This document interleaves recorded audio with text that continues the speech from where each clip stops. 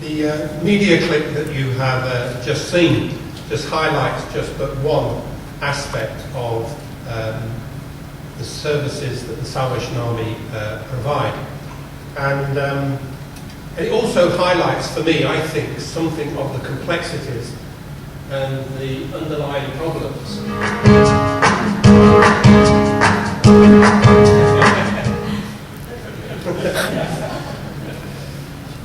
that actually lead to poverty. You will see from the the screen here that I've been asked to speak on the lessons that the Salvation Army have learned from tackling poverty. Now, the Salvation Army, both nationally and locally, has a long history of working with some of the most poor and vulnerable and marginalised people in society. And here are some of the services that the Salvation Army provide. You'll see that there's residential and floating support for homeless people. There's government contracted and voluntary employment services, specialised budgeting and debt advice, general community-based practical assistance, advice and signposting, and we support, as you've seen from the media clip, the people who are caught up in human trafficking. Residential care for elderly and also addiction services. Now, we tend to think of poverty in material or economic terms. But actually, when you ask the poor and those caught up in experiencing poverty, they describe it in much more social and psychological terms.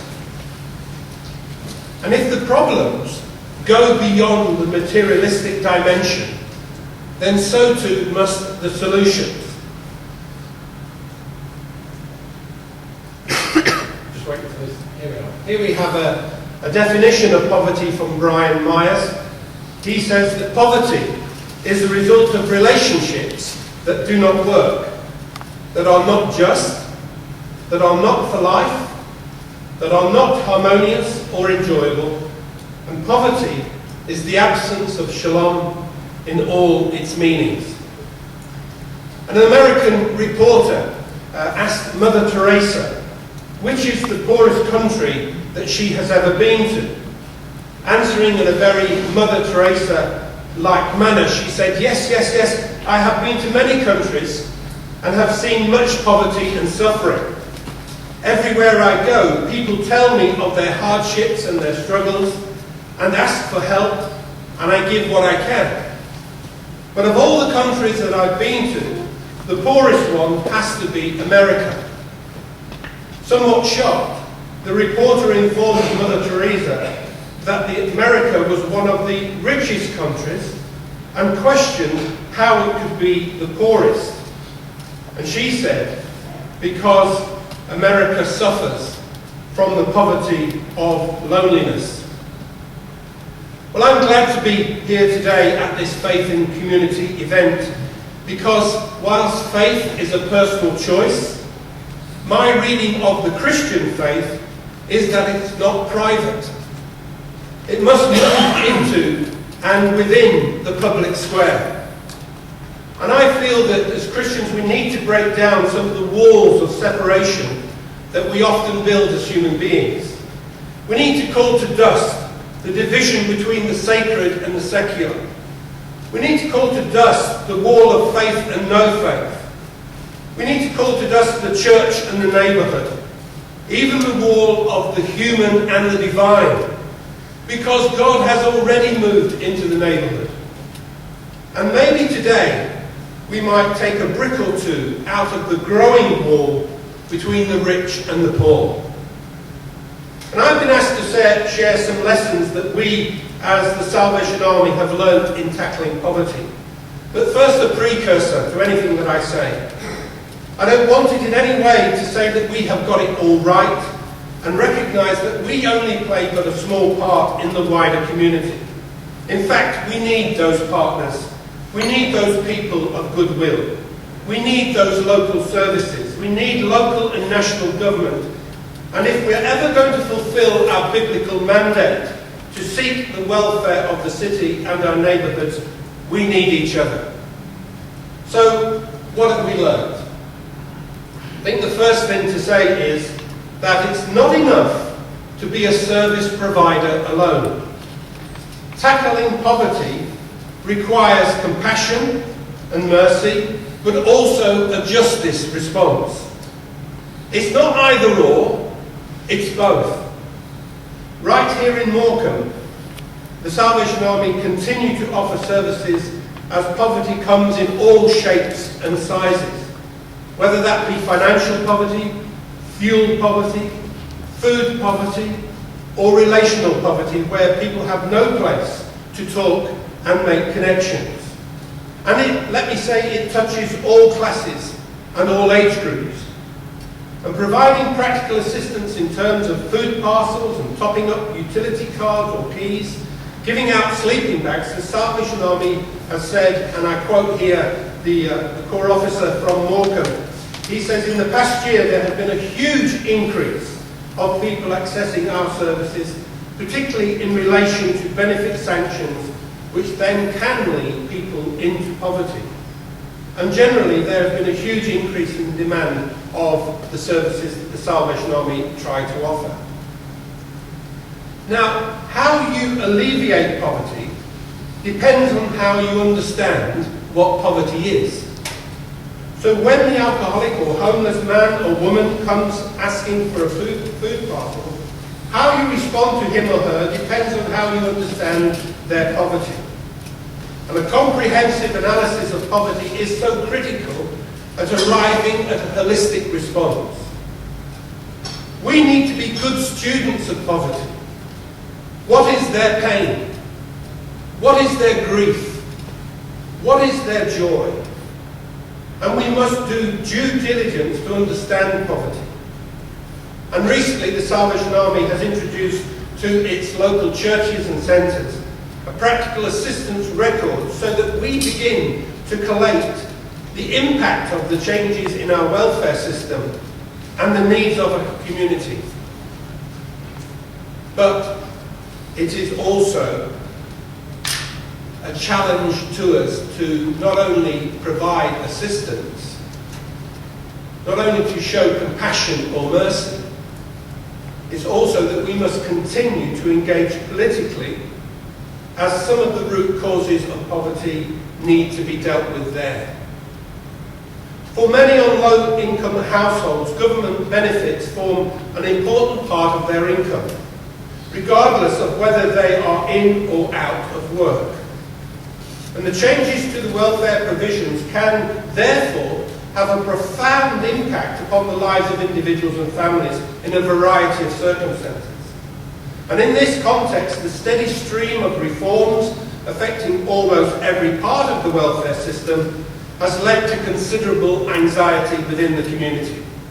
And the Salvation Army deals with the fallout of this on a daily basis, with people from a range of backgrounds coming to us for advice, practical assistance, or simply a listening ear. We have historically supported the idea of a hand-up, not a hand-out approach.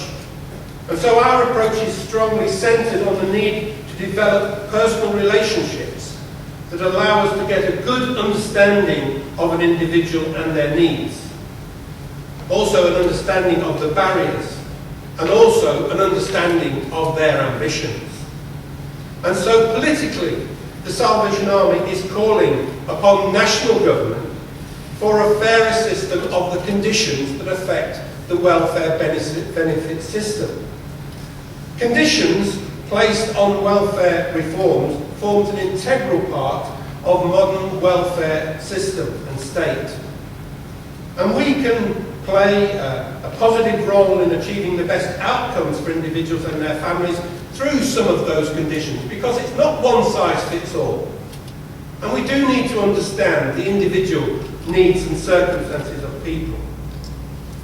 But great care needs to be taken to ensure that such measures do not create unnecessary hardship or encourage stopgap solutions that do little to tackle the complex issues that often underpin welfare dependency. And for example of that, I highlight the bedroom tax.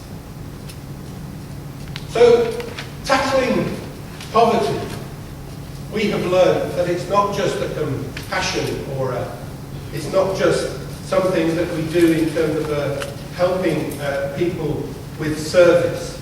It is also tackling at a justice level. The second thing is that we have learned about tackling poverty is that social justice is much harder than just giving a helping hand. And if William Wilberforce was here today, or if Nelson Mandela was here today, they would tell you that it takes years. And it requires determination, effort, and tenacity. It can cause us to be unpopular, but do it we must. For example, currently, the Salvation Army is campaigning for a minimum price on the unit of alcohol. Excessive alcohol consumption is a serious public health issue and puts huge strain on the economy. In England, it costs the NHS an estimated 2.7 billion every year and costs society 12.6 billion, including the cost of healthcare, crime, antisocial behaviour and the loss of productivity in the workplace. And alcohol misuse has become a population-wide problem, and it transcends again age and social groups. And while successive governments have attempted to tackle the issue through awareness campaigns, these measures largely have failed to effectively address harmful drinking. It is a growing problem in our society. In the UK, 1 in 10 individuals are currently worried about alcohol or drug addiction within their families. And 30% are worried about the drinking culture amongst young people, as revealed by a YouGov survey conducted for the Salvation Army.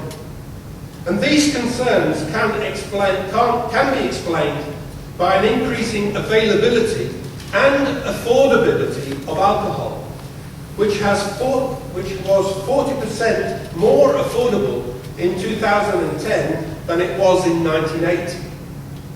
And behind these trends is a growing price gap between on and off trade sales, particularly as supermarkets have driven down the price of alcohol in recent years. Statistics have shown that overall alcohol consumption is falling. And the Salvation Army welcomes any reduction in the number of people caught up with a drinking problem. However, large numbers of men and women continue to drink regularly at levels which seriously risk their health. And a minimum unit price for alcohol would therefore be effective because it targets cheap booze bought by very heavy drinkers and leaves moderate drinkers completely unaffected.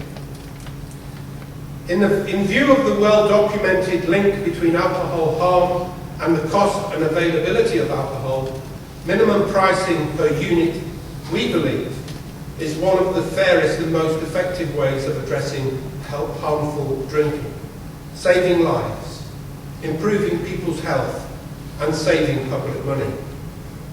And so we continue to advocate the introduction of a minimum unit price of 50p for alcohol. This would mean that a can of lager would cost a minimum of £1, a pint of beer £1.50, a bottle of wine £4.50, or a bottle of spirits £14. And adopting a minimum unit price of 50p for alcohol would lead to substantial, immediate benefits at the individual and also the society level.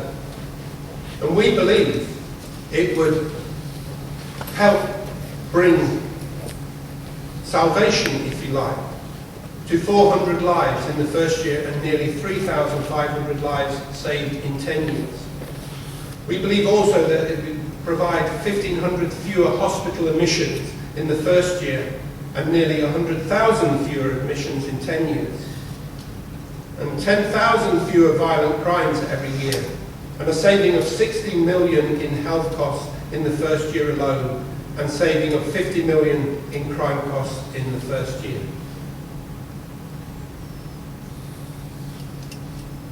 But tackling poverty is not just about giving practical assistance or fighting social justice issues. We have learned that we should not do for people what they can do for themselves. This is an iron rule of community organising. In other words, instead of seeing ourselves as saviours of others, we should see ourselves as agitators, stirring people up, giving them a voice to tackle issues in their own neighbourhoods and to come up with their own solutions to the issues. A recent study suggested that we overestimate the impact of circumstances on lives and underestimate the scope that people have for intentional activity. And that's also true for the poor.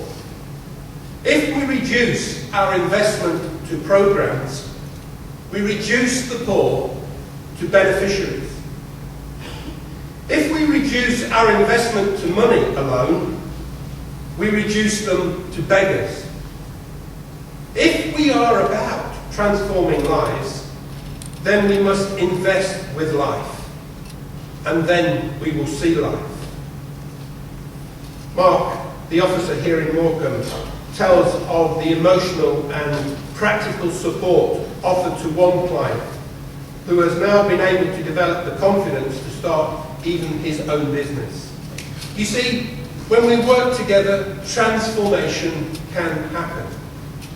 And we must allow people to do what they can for themselves rather than trying to be the saviours of all things. Fourthly, tackling poverty can be a joint exercise with all sorts of different people. The poverty issues in our communities are often shared by neighbours from different faith backgrounds or even the parent at the school gate. They are also shared by other community agencies, local ward councillors, local MPs and local authorities. And when we work together with others and build relationally across the community, it strengthens neighbourhood. It helps us understand one another better, and we have greater power together to bring about lasting change. Local connections with other service providers have proven critical in providing individuals with the holistic support that they need. By making sure that local services are sufficient and available to all, regardless of the way they first reach out for help, local support service partnerships play a critical role in helping those in need to avoid recurring crisis and regain control of their own lives. It is therefore crucial that we find ways to join up services and make sure that the supply of health or education or advice services is sufficient to meet the demand at any local level. And these services, however, need to be mapped and critically assessed in terms of their ability to effectively meet local needs. And where demand outstrips supply, existing service offers need to be extended and new services need to be initiated in order to ensure that those in need of assistance can receive the help that they need and they deserve.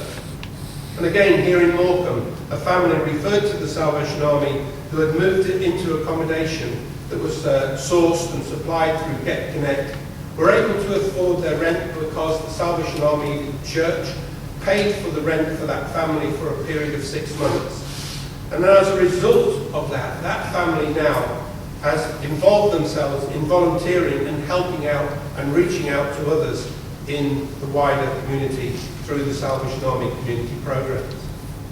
You see, it takes all of us to work together in order to achieve lasting and holistic change for individual people.